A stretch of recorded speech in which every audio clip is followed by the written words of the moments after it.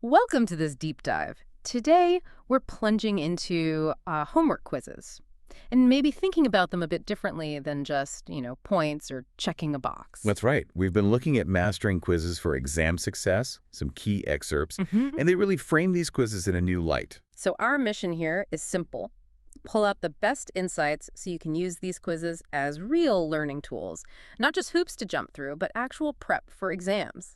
Let's get into it. Okay. So the big idea from the book, the real core concept, is that quizzes aren't primarily there just to, make up that 20% of your grade or whatever it is. They're designed, quite specifically, as a training ground for the actual exam. A training ground. Okay, I like that framing. That immediately changes things, doesn't it? It's about practice, development. Exactly. Not just performance measurement at that moment. Right. And that's why the book really emphasizes engagement matters so much. If you're just clicking through, trying to find quick answers, sort of coasting, you completely miss the point. It won't help when the real exam comes around. Genuine effort is what sharpens your understanding.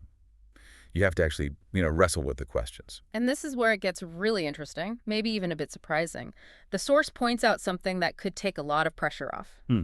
It says you often get full credit just by participating. Your effort is what's being graded on that training ground, not necessarily getting everything perfect right away. Yeah, that's huge. I mean, think about it. That frees you up to actually use the quiz for practice, for learning, without the fear of tanking your grade on a bad day. It makes it truly low-stakes practice, which is the intention. Precisely. And the book ties this straight into a really important learning strategy, retrieval practice. Okay. We hear that term a lot. We do. And the author explicitly calls this quiz approach a proven way to strengthen your memory and understanding. Every time you try to pull out an answer, apply a concept during that quiz. Even if it's messy, even if you're not sure, you're strengthening those connections in your brain. Making it stick better for later. Exactly. But there's a warning here too, isn't there? Especially now with AI and easy answers everywhere. Oh, definitely. The book is quite direct. It says relying on AI, or even just getting answers from friends without trying first, robs yourself of the practice you desperately need. So using those tools isn't inherently bad, but how you use them matters. Right. They can be study aids, definitely helpful after you've put in your own effort.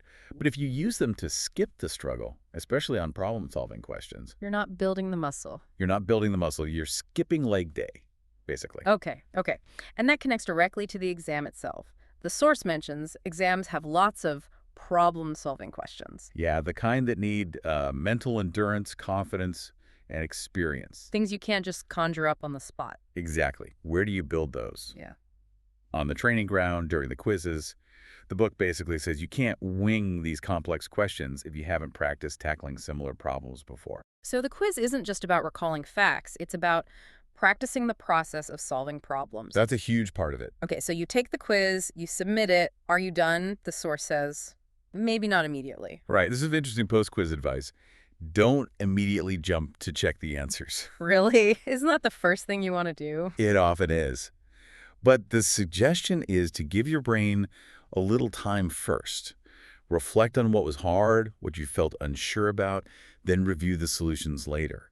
Doing it after you've attempted the problems and reflected helps you learn more deeply from your thinking, not just memorize the right answer. Interesting. So let the brain process the effort first. Kind of consolidate the learning attempt. It really seems like treating quizzes this way as serious practice where effort counts and skills are built is like a direct investment in your future performance.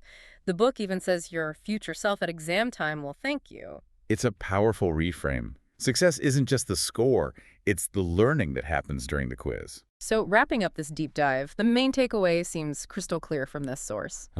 Quizzes are incredibly powerful learning tools if you use them for genuine practice and engagement. Forget just chasing points. Yeah, approaching them like that training ground is your direct route to understanding the material better and actually being ready for the exam. Which leaves us with a final thought to chew on based on all this. If full credit is often tied to participation and effort, and the real prize is exam readiness built through practice, are you just grading task completion when you take a quiz? Or if you adopt this mindset, are you actually grading your own learning process? Something to think about.